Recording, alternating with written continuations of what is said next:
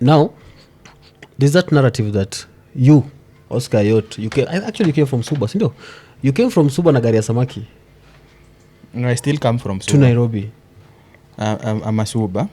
So okay, there's this narrative that No, that's Gachagua saying. there's this narrative that people for majority, those who've not traveled, those who come from Central but have not traveled beyond Nakuru. Okay.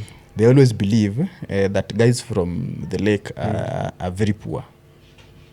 Reason being, we've been in opposition for that long.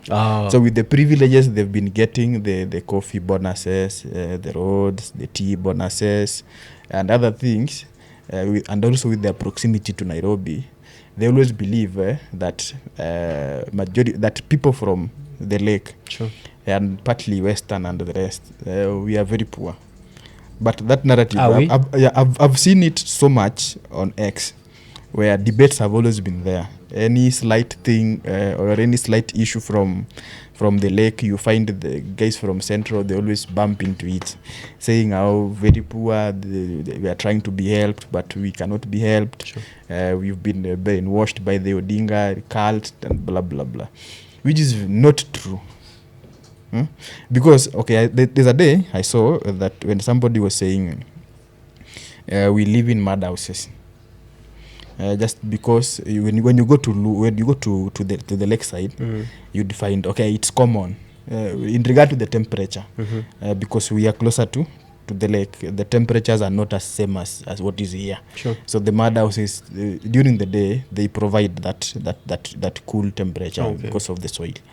So, but one thing I can tell you, for you to build, let's say, a 40 iron sheet unit House. That one for the mud thing. Okay. You'll need to part with close to 100,000. That's true.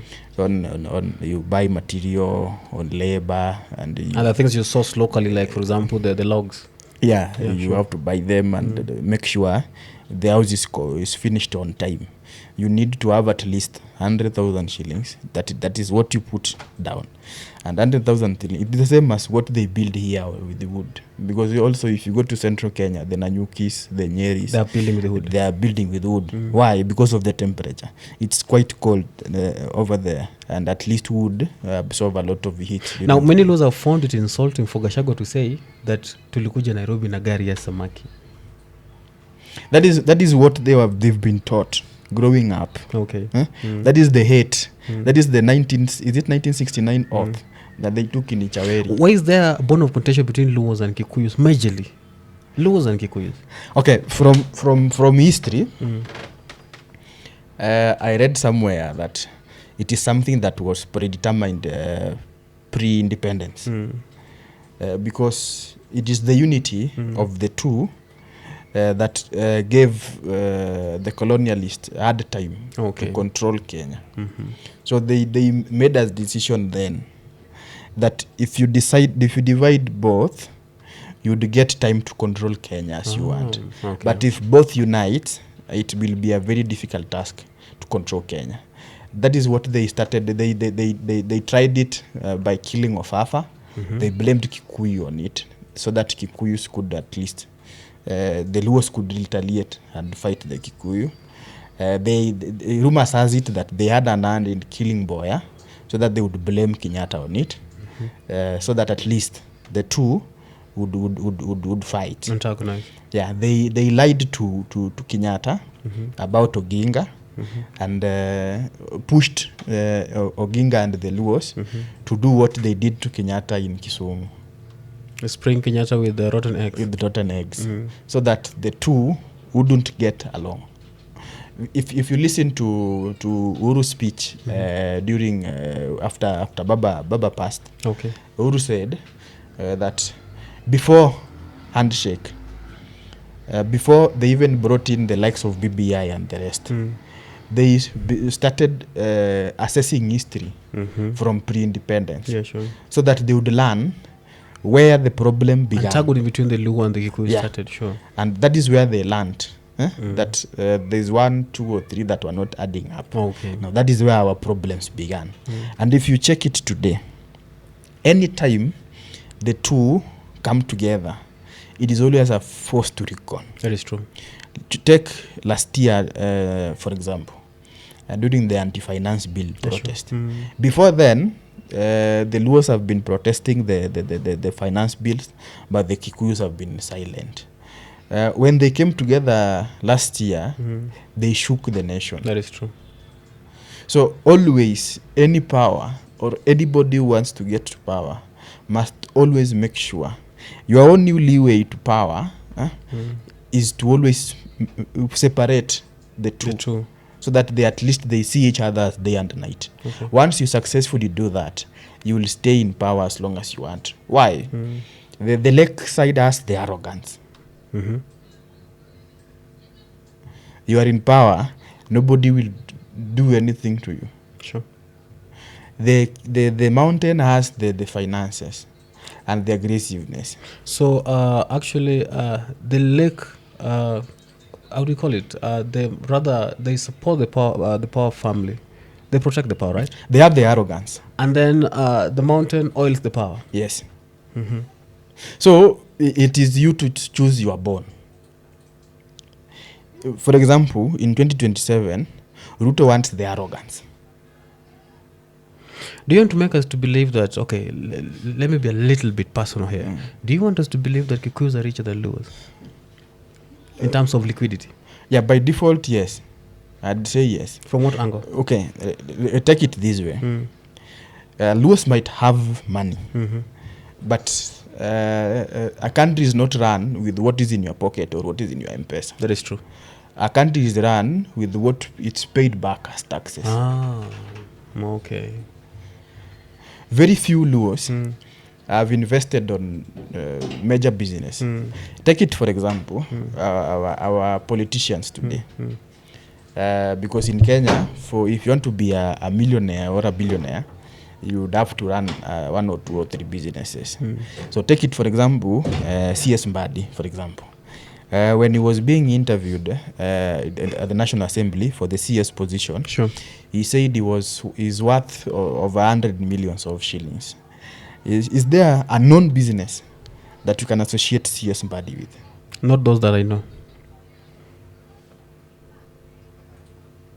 Aside from some apartment I heard he's building in Homa Bay, he doesn't have any known business that you can associate his name to.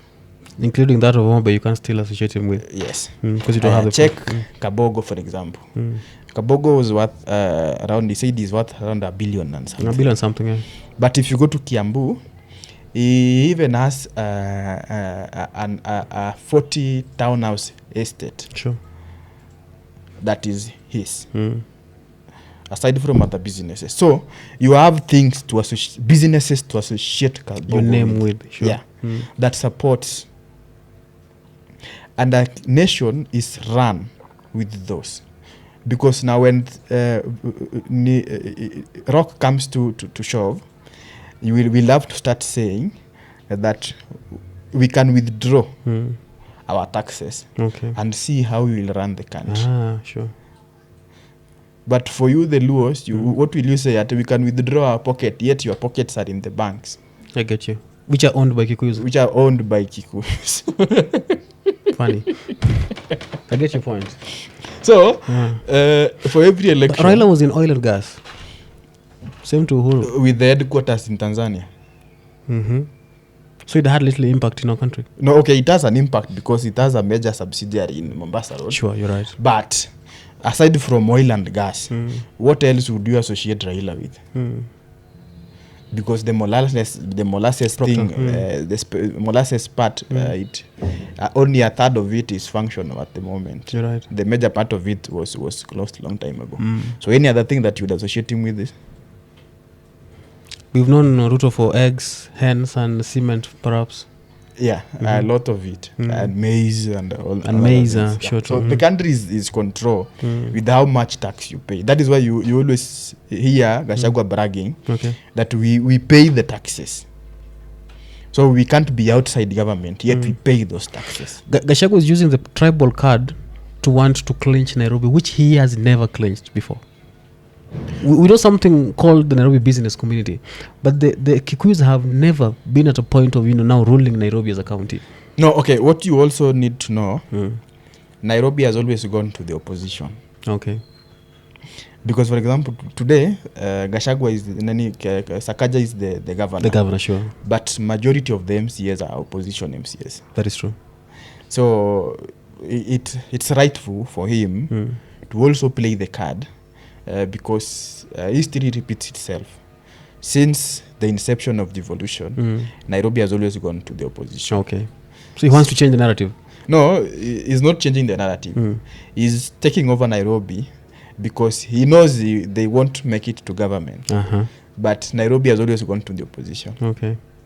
I hope you understand. I'm understanding that. Now the question is, do you have to play the tribal card for you to win Nairobi? Now that is the other question. But is Nairobi? No, everybody has been playing the tribal. It is not Gachagua doing it for the first time. Everybody has been playing the tribal card ever since. It's only that Gachagua is loud with it. Okay. Everybody has been playing the tribal card since time immemorial. No, I take it this way. In Azimio, they zoned the constituencies, for example, that Wiper, you take Embakasi South, and this constituency, Jubilee, you take Embakasi North, Kamkunji, sure. Starehe, Dagoretti South. Those are the zones. They are zones. Sure.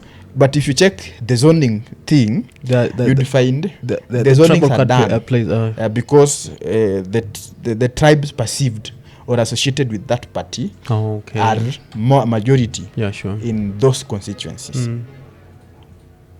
Take it Kamkunji, for example.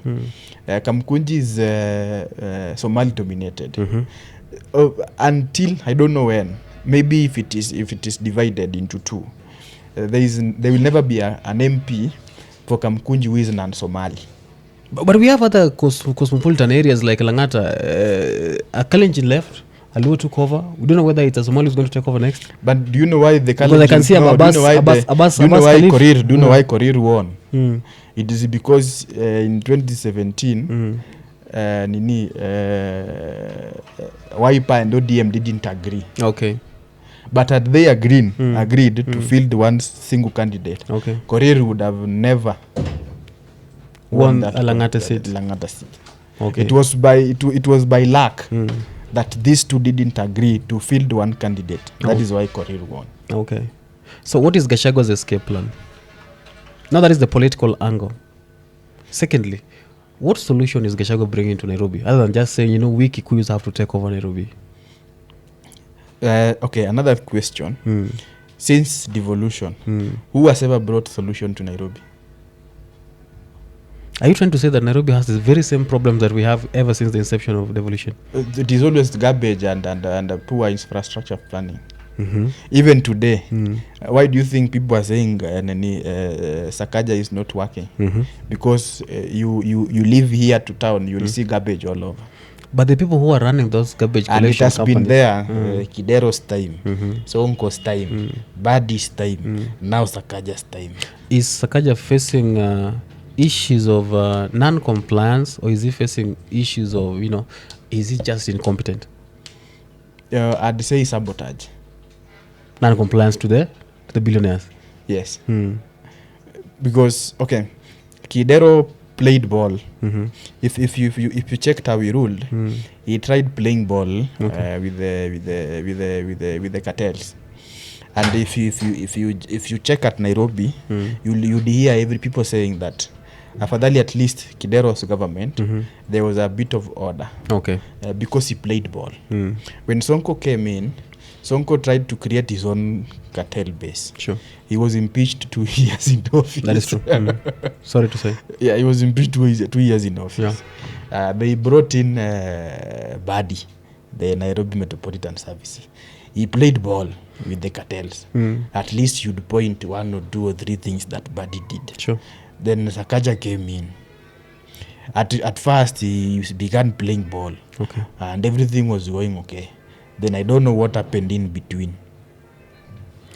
If you look at Nairobi, to be particular, I'm pretty sure there are areas that you would say, now this is where there is money in Nairobi. One of them is garbage collection. Which others? The major one is garbage collection. The major money makers for Nairobi billionaires. Money maker for Nairobi billionaires, the garbage collection. The next I'd say is schools. Okay. Schools within Nairobi. Yeah, schools within Nairobi. That is under supply. Yeah. Okay. The third one I'd say roads. I think the three are the major money makers for Nairobi. Sure. The other things for Nyamakima and Isili, those are just minor. True. But for the money makers in Nairobi is garbage, schools and roads. Gachagua has made sure that Babu's numbers have gone down. That is what is happening right now. No, okay. I don't want to talk about Is it leverage for Sakaja? I don't want to talk about Babu, but Babu, his numbers are going down because of himself. Okay. Also, another thing, I tell you, never trust a politician. Maybe, I am not sure. Sakaja's arrogance to Nairobi is because he has the major political players in his pocket. That is true. Because if you check the arithmetic today, Sifuna still has his popularity intact in Nairobi. Perhaps. It's somebody you'd never want to lose as a senator. Though his party position is shaken. We'll talk about that later. I'm coming that up. It's somebody you wouldn't want to lose. The Nairobi residents wouldn't want to lose somebody like him as a senator for Nairobi. As much as Senate doesn't have so much task to the people, but there's a bragging right when you have at least an intelligent senator who can differentiate its roles with the other things. Sure. Babu's popularity within Nairobi is welcomed. But for you to find a politician arrogantly speaking like Gachagua did yesterday, you might find he has amekanyaga the two kwa mfuko yake. Okay. I get your point. Akona Babu kwa mfuko na akona Sifuna kwa mfuko. For him to speak arrogantly. Kumbuka pia deputy governor Nairobi pia ni Mkikuyu, so akona pia na part of Nairobi kwa mfuko. Never trust politicians. You would find that in 2027 Babu plays either first fiddle because he wants to be governor. So he might play first fiddle to a powerful deputy governor who is a Kyuk. Okay. Or he might play second fiddle to a powerful governor who is a Kyuk. Okay. They might retain Senator Sifuna. Okay. They might take the two to their side. Okay. Then retain both of them. Soothe Babu's ego, but give him a powerful deputy governor. For example, somebody like Nyakera. Sure, Irungu. So with the Gachagua at the top, Babu will be a ceremonial governor. Sure. With Nyakera deputizing him. Sure. Or we have both Nyakera and Gakuya. No, Gakuya will be back as an MP in Embakasi. He's really campaigning to become governor. He will be back as an MP. So according to you, Irungu is much better placed to become governor than Gakuya? No, okay. Let me tell you one thing. In as much as you would want to take over, you would want to front a candidate that doesn't seem to be a goon. So Gakuya is a goon? Gakuya looks like one. It was you the other day who was saying that power is taken through goonship. No, okay. Power is taken through goonship, but the frontliner must be polished. Okay. For example, Gachagua wants to take power. True. To be president in 2027. Yeah. But you'd see, people have already seen him as a goon. And a tribalist. So aside from the impeachment tag, he can't make it to power. To power, sure. So but he has to front people. He has to front someone. Nice. And the power is shifting to him fronting Kalonzo. What is he giving Kalonzo, by the way? He has told Kalonzo to give him all the Nairobi. Why? Kalonzo is desperate to become president. So somebody who is desperate, that person is easy to manipulate. Why? Because Kalonzo seems weaker, and then Kalonzo is more polished to the people. You find as much as he's easier to sell. As much as different people might have problems with him, but he's a bit welcomed because he's never had problems with people at large. So you would front somebody polished, but you'd be the goon by fronting that polished person.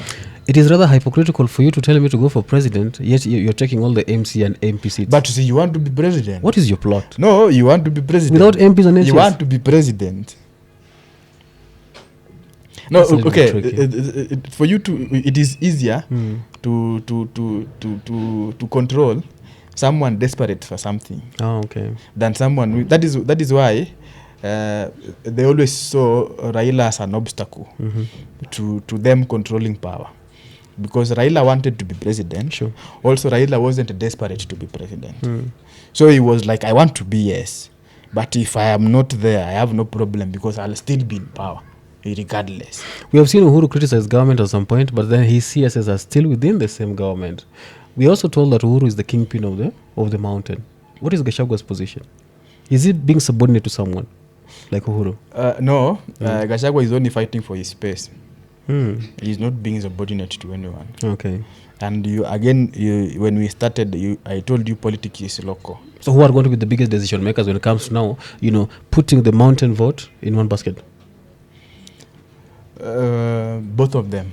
Okay. Tell you what. Politics is not what we see during the day. I think I repeated that. Sure. Uhuru is the party leader for Jubilee. Yeah. Matiang'i is the deputy party leader for Jubilee. Sure. And the flag bearer. And he after they made Matiang'i the deputy party leader, they sent him to go look for his friends. Okay. And one of his friends is Gachagua, that he's been working with as United Opposition. Okay. So see it this way. Remember, before 2022 elections, Atwoli said that Uhuru is too young to retire. So he's still playing active politics. Where will we take him after elections are done?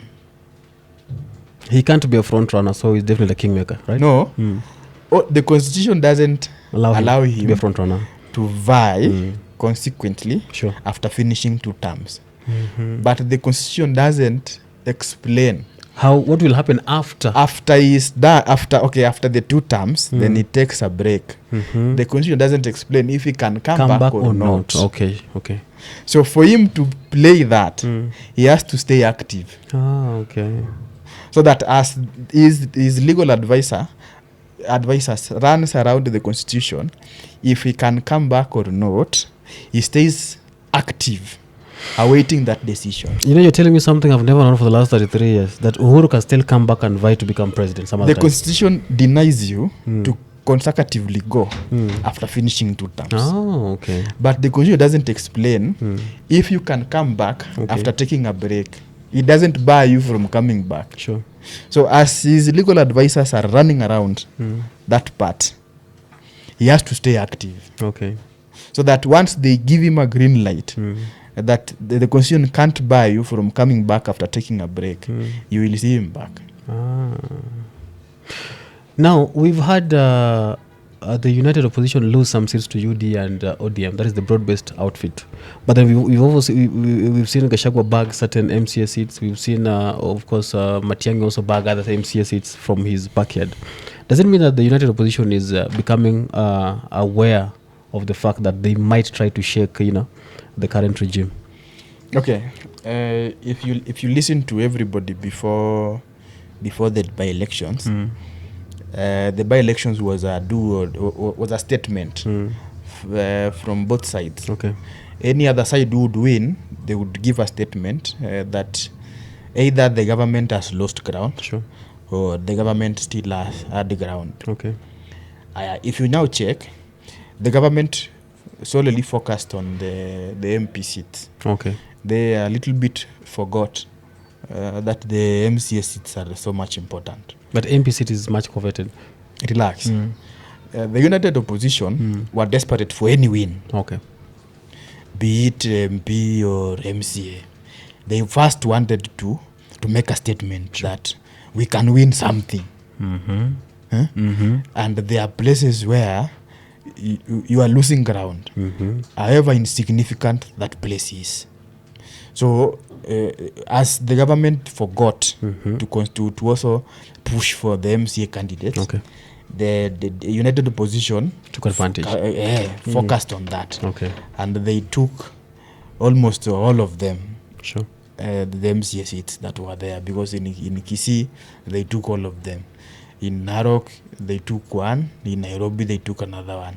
In Western Kenya they took all of them, because I'd regard an independent candidate as an opposition candidate, because there's nothing that they'll get once they are elected to the county assembly. Even the committee, for them to get a member of a committee is always a problem if you're an independent candidate.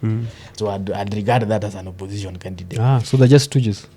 Yeah. Okay. So in Western Kenya they bagged all the MCAs. In Narok they took one. In Nairobi they took another one. In Kisii they took all of them. In Upanga Kambani, Kalonzo took that one from Chap. Sure. While the government focused on the policy makers, the MPs, they wanted to add their numbers to in parliament. Sure. So that at least they can control whatever is up there. Motions but of the day. Tukumbuke kura iko kwa ground. Nakupata. So the united opposition wanted to make a statement. Today, if you listen to whatever is happening in Kisii, they tell you that power is shifting. Why? Because Matiang'i took all the MCS. So already there is what it has already sent signal to the MPs. Sure. That hapa chini watu wameanza kuongelelea Matiang'i juu ni kijana yao. Okay.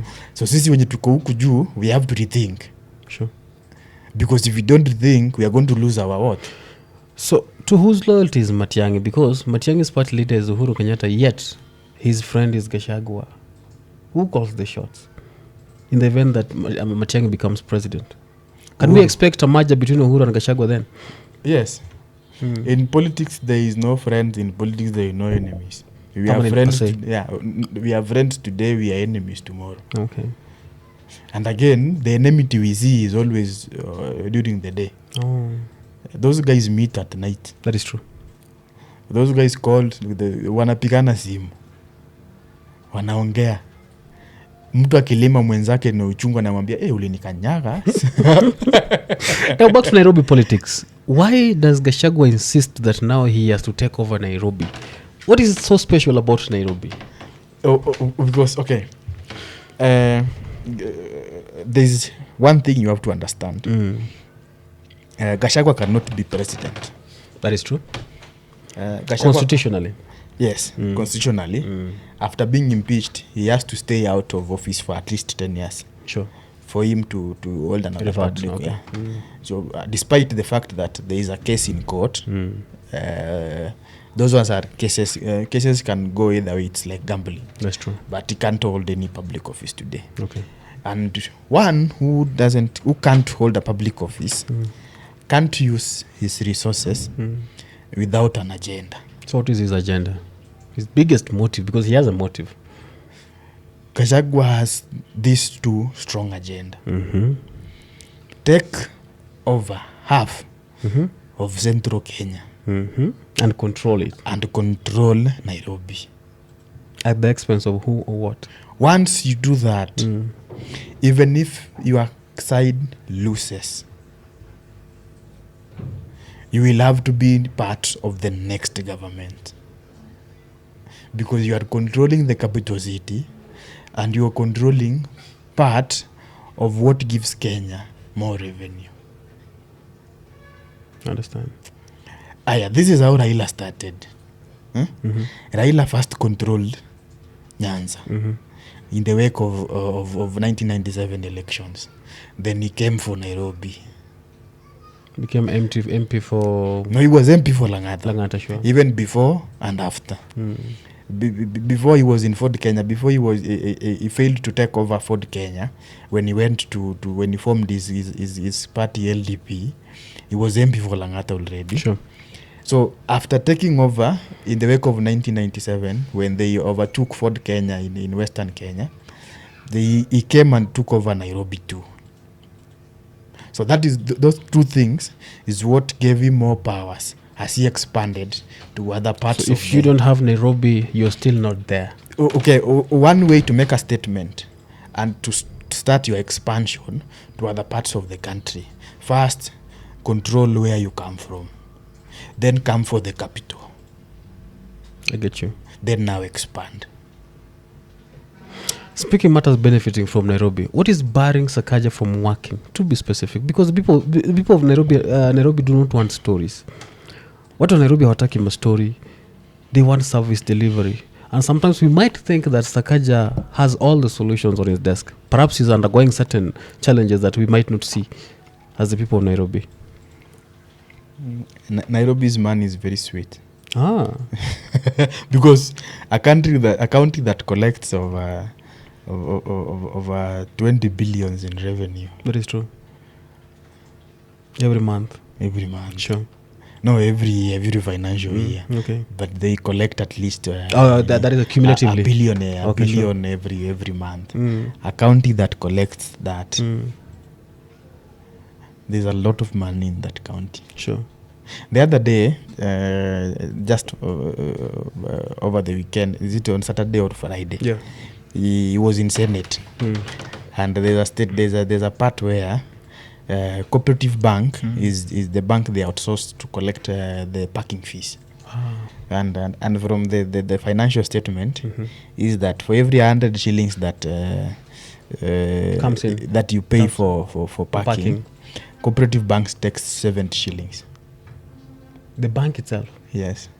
And then leaves the county government how much? 30 shillings. Why is business happening that way? Inamaanisha kuna mchezo kwa hii 70 shillings yenye inabaki kwa bank. So kuna watu baadaye because who in the right senses negotiate such kind of a deal. By the two, to be honest. Even if unless it is the bank that totally controls this particular. Yes, because even if okay, you've outsourced services from Cooperative Bank, even if they have to service fee and all that, even transaction and perhaps they service the trucks that are used for. They can't be taking 70 shillings from 100 shillings. That's so much. I get you. It means there are hidden agreements and hidden contracts on how Cooperative Bank collects 70 shillings from every 100 shillings paid for parking. What does a governor have to do to stay independent? Like, you don't have to be shaken by all these factors. No, okay. Cartels and There's one thing I've been saying, that Kenya's biggest problem is corruption. Okay. We over-corrupt corruption. We've over-corrupt corruption. Where, okay, there is no country that doesn't steal. Okay. Everywhere you'll find corruption cases. Sure. But now we do it in excess. If Kenya today, politicians or leaders or those in power can manage to steal up to 30% of whatever they are stealing today, sure, we'll be very far. Okay. Very far from where so we reduce the rate of corruption. We don't kill it.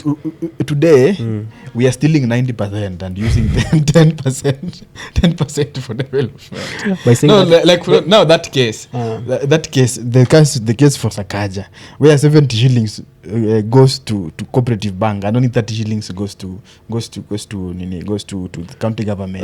That is hearsay of the Auditor General's report. That is a financial statement. Okay. A very accurate one. Okay. Because in finances, you can't any added zero or any subtracted zero is accounted for.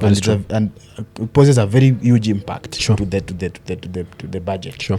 So you can't tell me that if the little he's been doing now is with 30 shillings.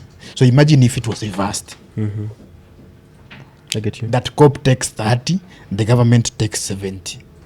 Because there is 40 shillings that is just there. If he's been doing this with 30 shillings, imagine if it were reversed. Sure, you're right. An addition of 40 shillings now was added. Sakaja has his flaws. Sakaja has his doings. Now tell me, where is his scorecard? What has he been able to do right? What has he been able to do wrong? No, okay. Sakaja has a very big project pilot. The Lango said it the other day. Okay. The dishing account thing. Yeah, sure. For schools. Yes. Very beneficial. Politics is about, okay, our politics is about touching lives directly. Okay, sure. You'd see, however much somebody is so much worse, yeah, somebody would support that person with their life because of how directly They impacted. He impacted their So lives. the kids may not have a road to go to school, but they have food in school. Yes. Okay. So so many parents would vote back Sakaja Okay. because he saved them a lot on the food part. I agree. Number two, the women he's been bailing out on hospitals. Nice. Somebody would really support him with their life because he was not even directly impacted. He saw his or her neighbor being bailed who out who was stuck in hospital. Nice. And has been bailed out because of the government. That is a strategy. That is a strategy. Works, sure. Number two, however much is done little in so many things, but if you go to CBD today, he's doing a facelift. True. The CBD is changing. Yeah, he's doing a the pavements, yes, the flowers. If you finish, if by 2026, around August, you find when the facelift is 90% done. You're right. There are people who would vote him back because he has made the city better. Yeah, because there's a facelift in the city. But there's a hawker stalemate. That has been happening for since time immemorial. Okay. So according to you, it is unfair for pollsters to put Sakaja third after other contenders. No, okay. This is what I always say. If you want to unseat a sitting governor, not just a sitting governor, anyone who is not on the verge of their last term, but they always get budget every financial year, that is the most be very careful dangerous person to unseat. Why? Their first 2 years are always policy. I get you. You've just got to office. You have to learn how the office runs. Then you have to make your policies. You make, enact and implement. What projects were there before that are not yet complete. Sure. What projects are coming in. All those things. Sure. Bureaucracy. Who calls the shots for this one? Can I work with him? The CIDPs and stuff. Can I bring in a new person? And all those. There are also the cartels. So not much will be done within the first 2 years. Yeah, all the cartels will have to see you first, learn to trust you, to work with you and all that. Then afterwards, now you start implementing your policies. Your policies. Sure. In regard to coexistence with the former policies. So then after that, now you start seeing things being done. One after another. Implementations. Okay. So that person is very dangerous to unseat unless he loses public confidence in the third year. Which he has not lost yet. Not in the first We 2 are years. in the third year. If he loses public confidence in the third year. Okay. That is when you can start talking of unseating that person. So from where you sit, what is Sakaja's fate? For example, where you sit? Okay, he has slim chances of winning Nairobi back. Okay.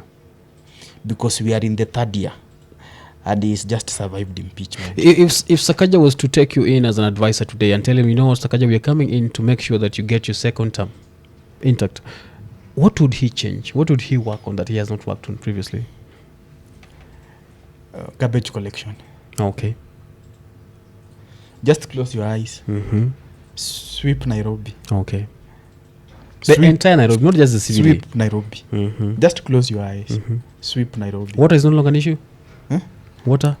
No, okay.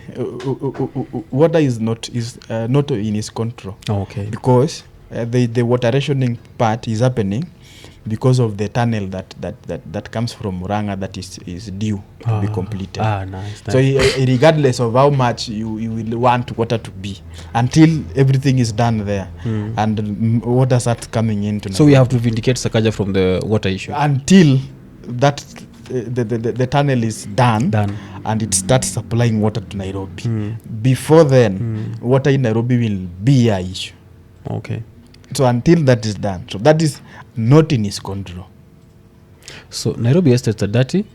Nairobi sewerage system is still not as good as it's supposed to be. Yes. You understand? Also, another thing about Nairobi is not late to up to 40%. That's true. There's still a lot of crime in Nairobi. There's a lot of unemployment in Nairobi city. I think there's just so much to be done. But what is it that he needs to focus on in expense of the others? Just clean Nairobi. Okay. Agree. Just clean Nairobi. Sakaja safisha Nairobi. Now, as we wind up, I heard Esther Passaris, who is the current women rep for Nairobi. You know, he's still on Nairobi politics. He's saying, you know, I'm done with this thing. I'm not going back to the ballot. She's doing it at a time when Baba just went. Is it because of Baba? Or No, but she just she's well-fed? done two terms. Women rep on a term limit? But you can decide to do 2 and leave. Oh. Yes. I was told that she's leaving it to Karen Nyamu. No, that And was a not, propaganda. She even called it Omanga. out. No, she even called it out. She said she haven't endorsed anyone. So you endorse someone between Omanga and Karen It will Nyamu? even be disastrous for her to endorse someone. Even if I were Karen Nyamu, I wouldn't want Passaris to endorse me. Why? Yeah, because Passaris wouldn't be re-elected if she was vying. Oh my goodness. So you're being endorsed with somebody who has lost ground.